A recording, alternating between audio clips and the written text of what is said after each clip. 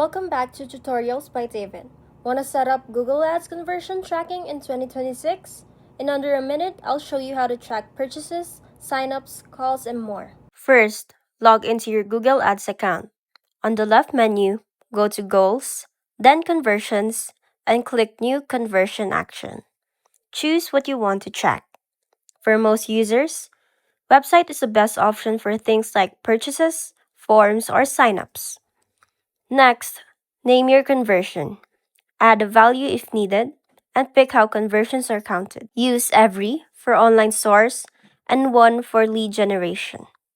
Leave the default conversion window if you're unsure. Click Create and Continue. Now install your tracking tag. If you use Google Tag Manager, use that. Otherwise, choose Manual Setup, copy the global tag across your website, and place the event code on your thank you or confirmation page. Finally, test the action yourself and check the conversion status inside Google Ads.